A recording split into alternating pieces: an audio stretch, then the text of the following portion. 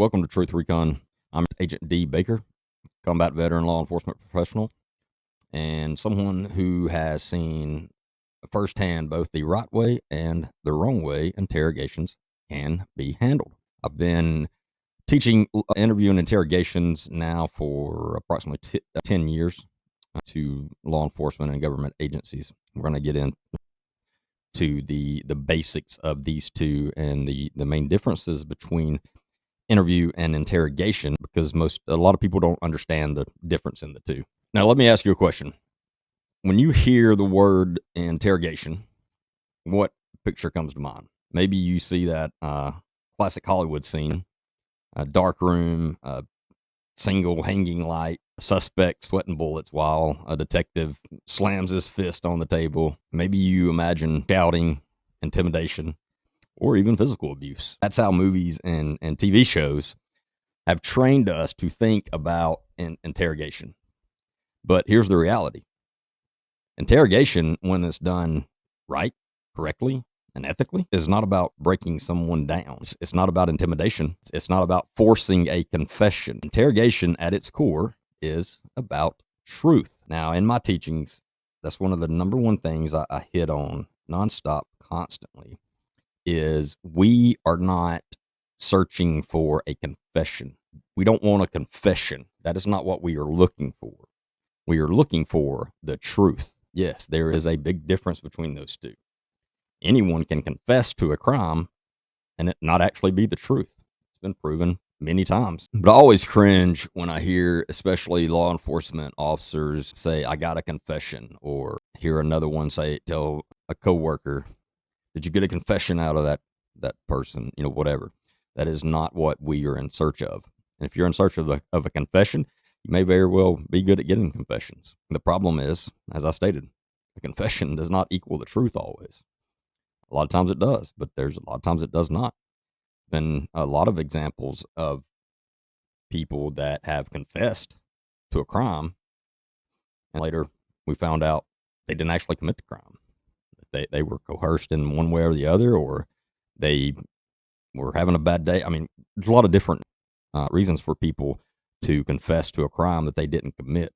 And as crazy as that may sound, that happens more than you would think. So we are in search of the truth, not a confession. You will never hear me ask about a confession. So if you take nothing else away from this episode, let it be this. The goal of interrogation is never to get a confession. The goal must always be to uncover the truth, period. Because when we lose sight of that, when the focus shifts from truth to just confession, we open the door to false confessions, wrongful convictions, and broken lives. The last thing that we want is a wrongful conviction. And if you get a false confession, it's very easy to turn that into a wrongful conviction. In today's episode, we're going deep, really deep. For the next hour, we're going to examine the history, the ethics, and the controversies of interview and interrogation techniques. We'll talk about the difference between an interview and an interrogation, the debate over torture and enhanced interrogation after 9/11, the Reid Technique and its critics, the tragedy of false confessions, and most importantly, what ethical interrogation looks like. This isn't just an academic conversation. This is about justice. It's about accountability, and it's about what happens when law enforcement gets it wrong. All right, before we dive into the controversies, let's get clear on something basic, but absolutely crucial. The difference between an interview and an interrogation. These two words get thrown around a lot, sometimes even used interchangeably, but they are not the same at all. And the difference between them can literally determine whether justice is served or miscarried. So let's break it down. An interview is about gathering information. Think of it as a conversation with a witness, a victim, or maybe a neighbor who saw something suspicious. The goal is to collect facts, fill in the gaps, and gather as much knowledge and truth as possible about what happened. Example, let's say there's been a burglary in your neighborhood. An officer knocks on your door and asks, Did you see anyone near the house last night? Did you notice any strange vehicles? Did you hear glass breaking? That's an interview. The officer is not accusing you of anything. They're not trying to prove guilt. They're just collecting pieces of that puzzle. Now, an interrogation is very different. An interrogation happens when a suspect is in custody and the officer is trying to get to the truth about their involvement in a crime. Now, technically, I say when they're in custody, an interrogation can occur without, I don't want to get into that too deep. There is a specific definition of being in custody, and you don't technically, they don't have to have someone in custody to be interrogating them. And they can still be trying to get to the same end result, getting the truth. Think of it like this. If the interview is about what happened, the interrogation is about who did it and why.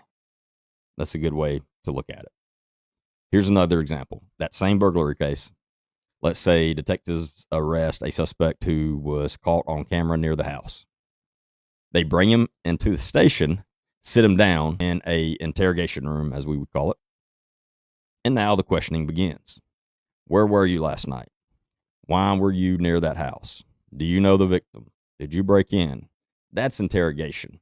Now, that is not the way you would ask those questions in a good interrogation, but that's just an example. So don't take my literal word usage and questions. I'm just trying to show the difference between the two. So do you see the difference? Interview is broad. It can include anyone connected to the case. Interrogation, however, is focused on the suspects, whether in custody or not in custody, as I said. And the goal is truth about the crime. Here's the key. Interrogation is powerful. It can be the single most effective tool in solving crimes. And in my experience, 100%, that is the single most effective tool. Always said, if you know how to talk to people, you can be successful in investigations and law enforcement. If you do not know how to talk to people, you will not be successful in that career. You won't.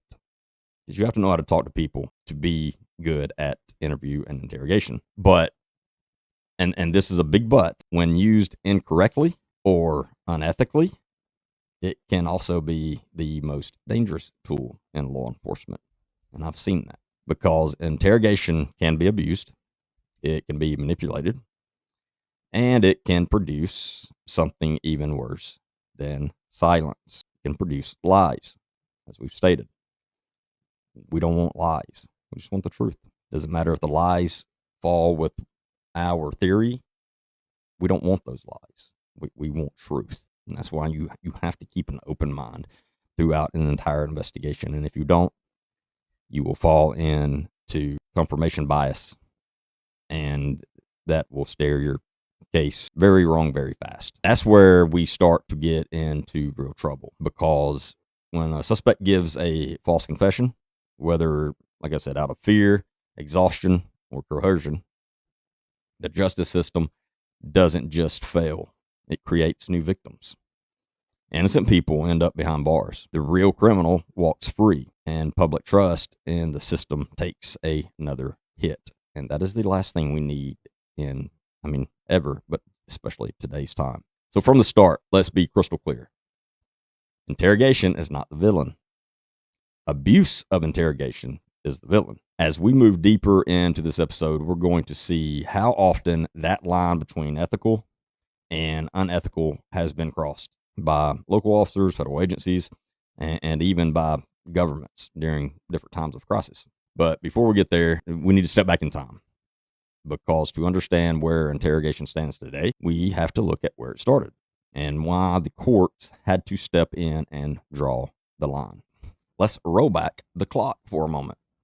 To understand the controversies that surround interrogation today, we need to take a look at the past.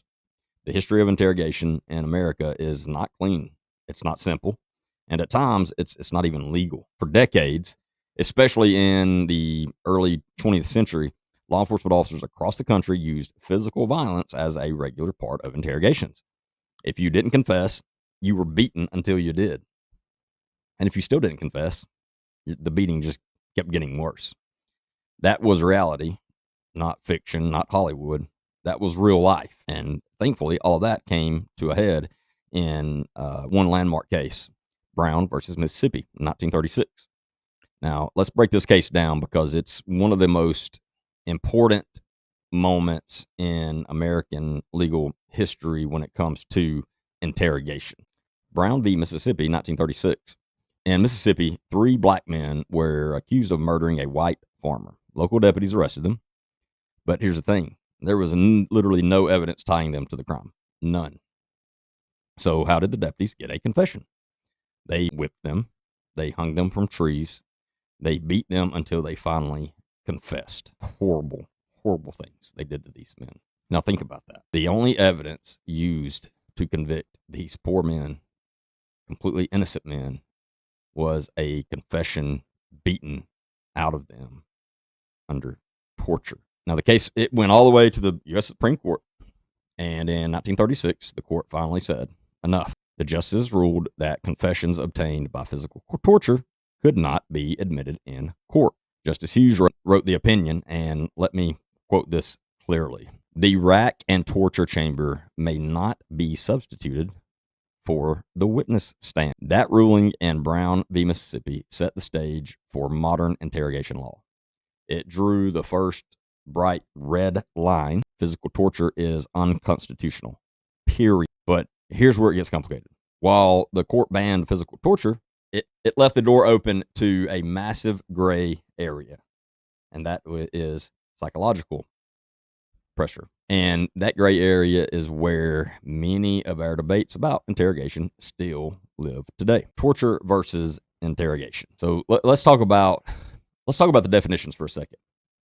What exactly is torture? According to Pollock in her book Ethical Dilemmas and Decisions in Criminal Justice, torture is, and I quote, the deliberate infliction of violence and, through violence, severe mental and or physical suffering upon individuals. Now, notice something? The definition includes both physical and mental suffering. Torture isn't just about beatings. It can also be about psychological torment, sleep deprivation, sensory overload, isolation, fear, those things. And that's why the debate is so heated, because some interrogation techniques stop short of physical violence but still cause severe suffering. Are those torture, or are they legitimate tactics? After Brown v. Mississippi, most experts agreed physical beatings are both illegal and ineffective. But what about other methods? What about psychological pressure? What about deception? What about manipulation? This debate exploded into the spotlight, especially after 9/11, when the U.S. government openly admitted to using enhanced interrogation techniques, or EITs, on suspected terrorists. And we'll dive into those details in a minute. But before we do, it's important to pause here and reflect on the stakes. Because remember, interrogation is very powerful. It can save lives. It can stop crimes. It can solve unalivings. But when it crosses the line, when it becomes abuse, it destroys justice. And here's the haunting part. Sometimes officers or agents convince themselves they are doing the right thing. So there's a phrase for this in law enforcement ethics, and it's called noble cause corruption. I've seen that. It happens, unfortunately. And it's when an officer believes so strongly that someone is guilty that they're willing to bend or even break the rules to secure a conviction. They'll justify lying. They'll justify intimidation. And sometimes they'll even justify coercion. And in their minds, it's noble. They think they are protecting society. But in reality, they're undermining the very system they swore to. That's the danger. And that's why ethical training, accountability, and oversight are so critical in the field of interrogation. Let me make this personal for a moment. As someone who's worked in law enforcement, I can tell you, when you sit across from a suspect in an interrogation room, there's an enormous weight on your shoulders. You're not just asking questions. You're holding someone's freedom and maybe even their life in your hands. And that power can tempt good men and women to cross the line, especially if they're under pressure to solve a case quickly, especially if they're convinced they already know the truth. But that's where integrity comes in. That's where professionalism comes in. That's where ethics comes in. Because the truth is, we don't just need confessions, we need the truth. That's it. And as we move forward in this episode, you're going to see exactly how blurred those lines become, especially in the years after 9/11, when America was gripped by fear and anger. And hence, interrogation techniques became the buzzword. Waterboarding, walling, sleep deprivation, all of it thrown into the national spotlight. Were those methods legal? And for me, more importantly, were they effective? So we're talking about terrorists. And were they ethical? Very important question as well. Well, let's find out. Well, let me say this. If there's a book been written on in interview and interrogation, I've read it. I mean, there may be something out there that I've missed, but I own and have read almost every book that has ever been written by any experts, at least in this subject. And if you ever, for you to truly be able to understand enhanced interrogation techniques, the EITs, the best book by far that I suggest you read, and once you start reading it, you won't put it down. It's an awesome book anyway. Is the Enhanced Interrogations Inside the Minds and Motives of the Islamic Terrorists Trying to Destroy America. And this is by Dr. James Mitchell. And Dr. James Mitchell is the expert on enhanced interrogation techniques. And he is the one who literally wrote the program, the CIA program on it. And his techniques were used in a lot of the interrogations of the terrorists after 9/11. And so don't just go off of what you see in movies and what you read online. Again, if you really want to fully understand enhanced interrogation techniques, you need to read this book. And again, even if you're not necessarily interested in learning about enhanced interrogation techniques, this is an awesome book by Dr. James Mitchell. But let's move on. September 11th, 2001, a day burned into the memory of every American that was alive then. 19 terrorists hijacked planes, killed nearly 3,000 people, and left the entire country in shock, grief, rage, all the above. And in the days, weeks, and months that followed, the United States government made it very clear they would do whatever it took to prevent another attack. I have no problem with that. Never have, never will. And out of that mindset came the new phrase that would dominate headlines and congressional hearings for years to come, still today. Enhanced interrogation techniques, the EITs, as I will call them. Now, the phrase itself, sanitized. It doesn't say torture. It doesn't say abuse. It says enhanced techniques. But what were those techniques? Who approved them? And were they effective? So let's unpack that. After 9/11, the CIA scrambled to figure out how to extract information from captured al-Qaeda suspects. The White House, under President George W. Bush, approved a set of interrogation methods that had never before been legally sanctioned in the U.S. And these methods included things like waterboarding, which is pouring water over a cloth covering the face and breathing passages of an immobilized captive, causing the sensation of drowning, makes them think they're drowning. And then walling, which is slamming or pushing a detainee into a wall, sometimes dozens of times. And the wall has a lot of give in it, so it's not harming the individual, but psychologically it's pretty deep. And then sleep deprivation, pretty self-explanatory, keeping someone awake for days and in some cases even weeks at a time. And stress positions, forcing detainees to hold very physically painful positions for long periods. And confinement, locking detainees into small claustrophobic boxes. These were not techniques dreamed up by lifelong interrogators. Surprisingly, they were designed with input from psychologists who had worked in military resistance to interrogation training programs. As I said, the main one is Dr. James Mitchell.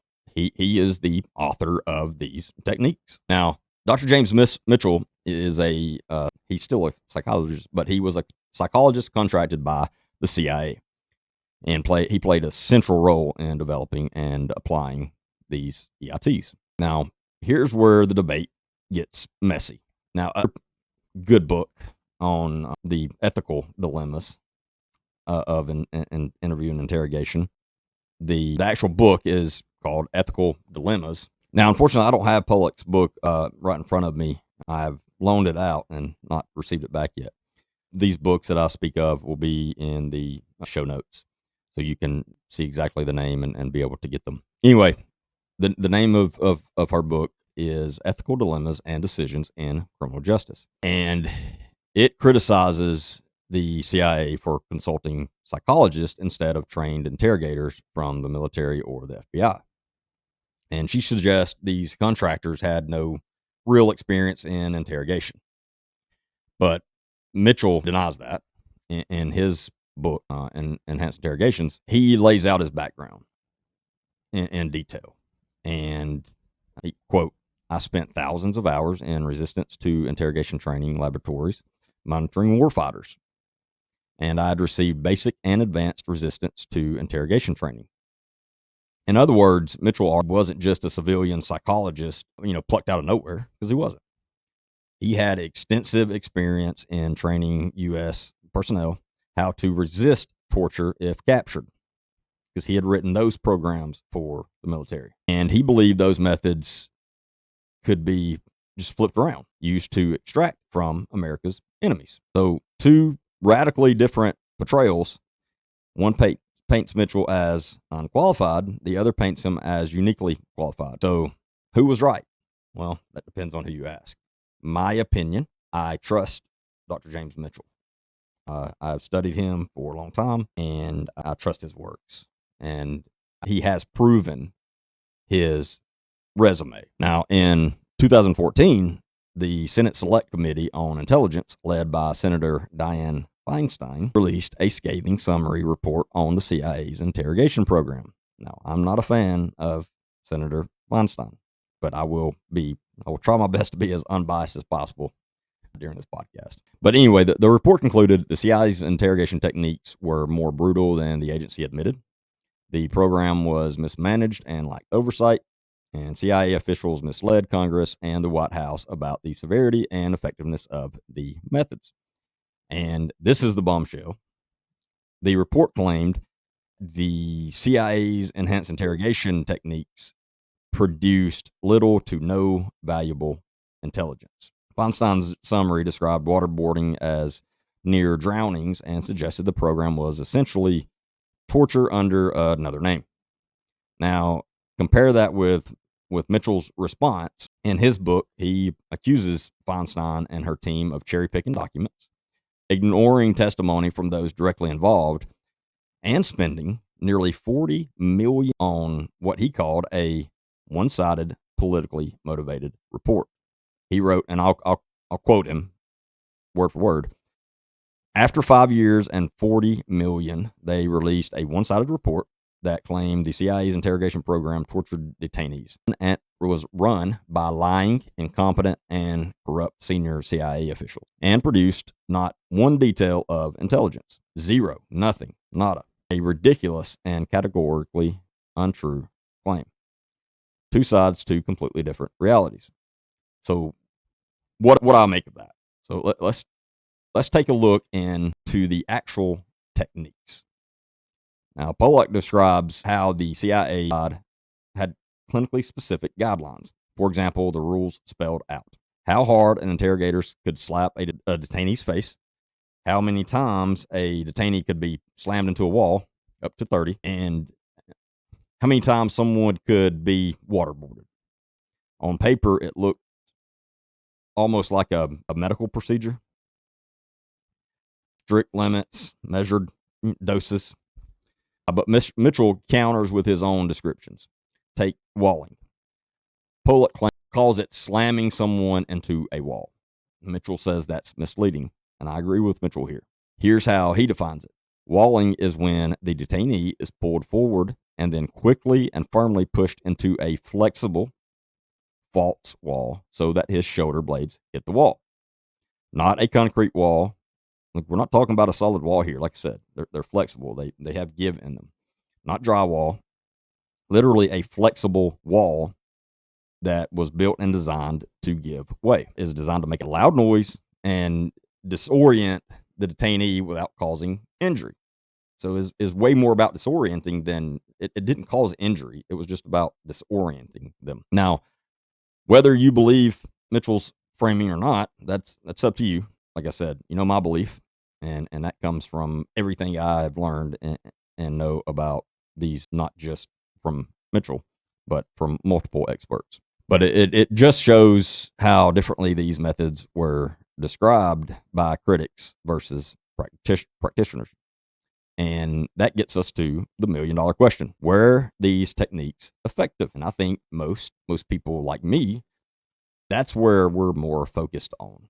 If all these techniques were carried out and they were not effective, then they were worthless and unneeded and unnecessary, and probably would be considered, in some people's minds, torture. But supporters of EITs argued they saved lives. And the biggest supporters point to KSM, Khalid Sheikh Mohammed.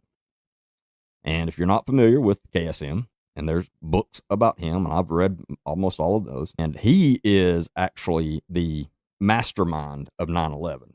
So the mastermind of 9/11 was not Osama bin Laden like most people think.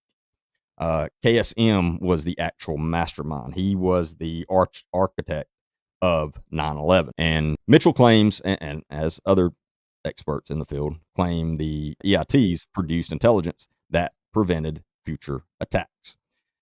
Mitchell was there side by side when almost all of the EITs and interrogations were used on KSM. Now, critics argue the opposite, and they say the same intelligence could have been gathered through traditional rapport-based interrogation. And they argue that EITs produced false information, damaged America's reputation, and violated both U.S. law and international human rights standards. Now, as I've stated, I disagree with that. So most critics are not claiming that they didn't get good information out of these EITs. They're just claiming there was a better way to do it, which that's impossible to, in my opinion, that is impossible to know at this point. Where does the truth lie? Probably somewhere in between on some things. I'll agree with that. The CIA program, as I said, did produce information, but again, the question is, was it unique and unattainable by other means? And again, I think that's impossible to prove at this point. And here's the kicker. Even if it worked, does that justify it? And that's the ethical question at the heart of the debate. Do the ends justify the means? Is it okay to cross the line into cruelty if it prevents terrorism? Now, Pollock argues no, and Mitchell argues yes. And America, well, we're still arguing about it today, literally. But here's the thing. So let me be very clear about this.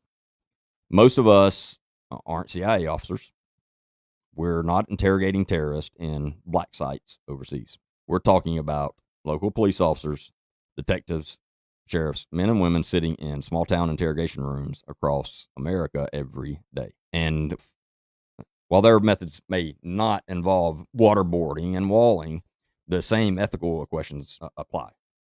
Because when an officer crosses the line, when they coerce, when they manipulate, when they pressure too far, the risk of a false confession becomes very real. And false confessions don't just happen in movies, as I said.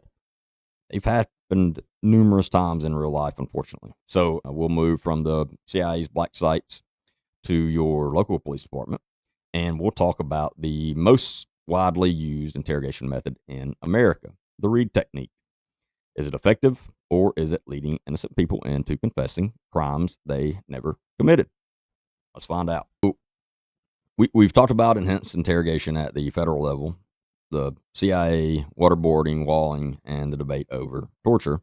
But now let's bring this conversation home, let's talk about what happens in your town, your city, and your county sheriff's office. Because while your local police department isn't suspects, hopefully, they are using interrogation methods every single day. And the most common one is called the Reid Technique. If you've ever watched like a police drama or the true crime documentaries, you've probably seen elements of it in action, whether you realized it or not. The Reid Technique was developed back in the mid 20th century and has since become one of the most widely taught interrogation methods in the United States. It's a structured two-part process. Step one is the behavior analysis interview.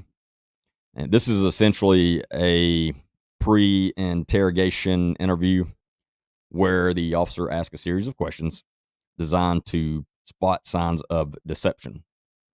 It's not about getting details of the crime, it's about watching body language, listening to tone of voice, and seeing how the suspect reacts to certain questions. And according to Reid and Associates, each of these specific behavior provoking questions has a fundamental principle that discriminates between truthful and deceptive responses. Now, step two, the actual interrogation.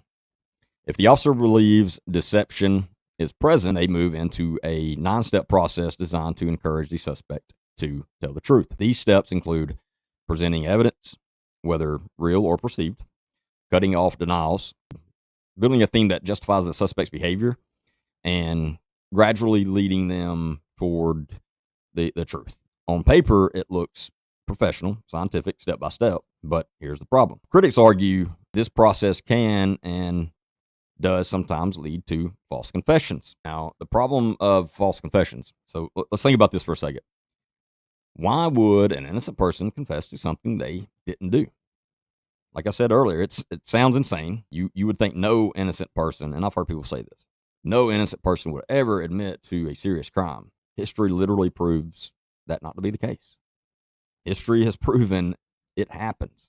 As crazy as it seems. There are, literal hundreds of documented cases where innocent men and women confessed, sometimes in great detail, on crimes that they never committed. Why? Because the pressure of interrogation can be overwhelming. Suspects may be isolated for hours. They may be told the evidence against them is airtight. They may be lied to about DNA results, witnesses, or even video footage that doesn't exist. They get tired, they get scared, they lose hope, and eventually they say whatever the officer wants to hear just to make it stop. They get tired. That's how false confessions happen. And once a confession is on the record, the damage is done. Juries believe it, and judges allow it because it's a confession. And unfortunately, after that, wrongful convictions follow. Now, I talked about earlier the noble cause corruption. And now here's something that I want to make very clear. Most officers who cause false confessions, they aren't villains. They're not waking up in the morning saying, I'm going to put an innocent man behind bars today. What happens is we call noble cause corruption. And that's when an officer believes so strongly that someone is guilty that they will bend or break the rules to secure a confession. And again, they tell themselves it's justified. They tell themselves, I know this guy did it. So if I have to push harder, if I have to lie a little, manipulate, it's worth it because justice will be served. And that's what we're all about, right? Well, the problem is, what if they're wrong? Because sometimes they are. And what if the suspect isn't guilty? Now you've got an innocent person behind bars, the real criminal still walking free, and their justice system completely undermined. That's the danger of noble cause corruption.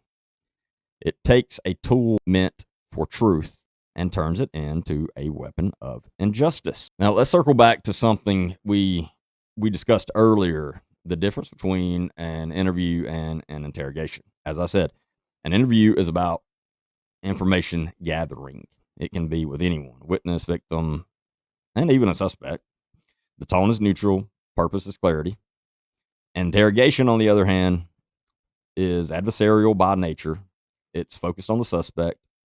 It assumes deception. And here's the catch. Now, according to the Reid Technique, interrogation should only happen if the officer is reasonably certain the suspect is lying. But how certain is certain? What if the officer misreads the body language? Happens often. What if they mistake nervousness for guilt? Happens often. Now, when I say this stuff happens often, it's in untrained investigators. And that's where innocent people get swept into an interrogation they should have never even been in the first place. And that's when the risk of a false confession skyrockets. So we don't even ever want to get to that point. That's where our main focus has to stay. Has to. Now, so let me give you let's go over a few real world examples. One of the most famous cases is the Central Park Five. And if you're not familiar with that, in 1989, 5 teenagers in New York City were interrogated for hours about the brutal assault of a jogger. Under relentless questioning, they confessed, each one of them. But years later, DNA evidence proved they were innocent. The real perpetrator came forward, yet the damage had been done. These poor young men had already spent years in prison. Their lives, obviously, forever altered. That's the cost of a false confession. And unfortunately, cases like that are not rare. According to the Innocence Project, false confessions have played a role in roughly 25% of wrongful convictions, later overturned by DNA evidence. So 1/4 of those, 1 in 4. That's a lot. That's not a glitch in the system. That's a systemic problem. So where does that leave us? It leaves us with a responsibility as officers, as investigators, as a justice system to handle interrogation with extreme care. To remember that the goal is not just to solve a case. It's not the goal. Not to secure a conviction. Definitely not. But what? To uncover the truth. That's what we want. And that means being properly trained. It means understanding the psychology at play. It means knowing the difference between persuasion and coercion. Because the truth is, an ethical interrogator can definitely get results without crossing that line. But an unethical interrogator, or even just an untrained one, can do incredible damage. Incredible. And ruin people's lives. It's a big deal. And once that damage is done, you can't undo it. You can't give back the years lost to a wrongful conviction. You can't erase the trauma of an innocent man confessing to something they didn't do. And that's why ethics in interrogation this is not just a side note. It's literally the foundation. So we've looked at enhanced interrogation on the world stage. We've looked at the Reid Technique here at home, and we've seen how easy it is for the line between truth seeking and confession seeking can get blurred. But let's take it one step further. What does ethical interrogation actually look like? What does it mean to do it right? In our next segment, we are going to explore that. We'll talk about what separates ethical techniques from unethical ones and how law enforcement officers can stay on the right side of that line. Because at the end of the day, this isn't just theory. This is about justice. It's about people's lives. And that's something that you can never forget that. You can never forget this is people's lives you're messing with. And it's about whether the system serves truth or undermines it. We've now looked at interrogation from every angle, the brutal history, the enhanced interrogation debate after 9/11, and the Reid Technique, and the very real problem of false confessions. Now it's time to ask the most important question. What does ethical interrogation look like?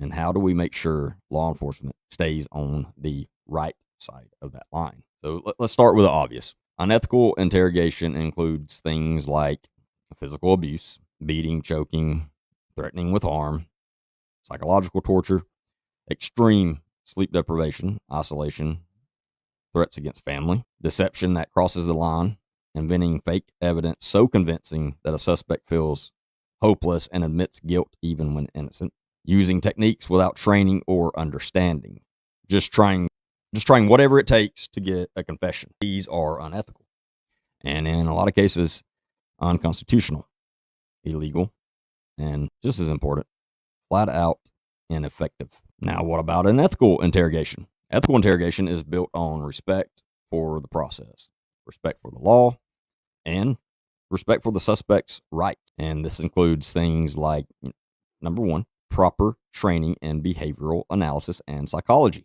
knowing when to use an interview versus an interrogation, seeking the truth, not a confession, recording interrogations to maintain transparency and protect both the officer and the suspect, using rapport building, patience, and skilled questioning rather than coercion. That's the difference. That's the difference in someone that is good at this and someone that is bad at this. Most importantly, you have to be professionally trained.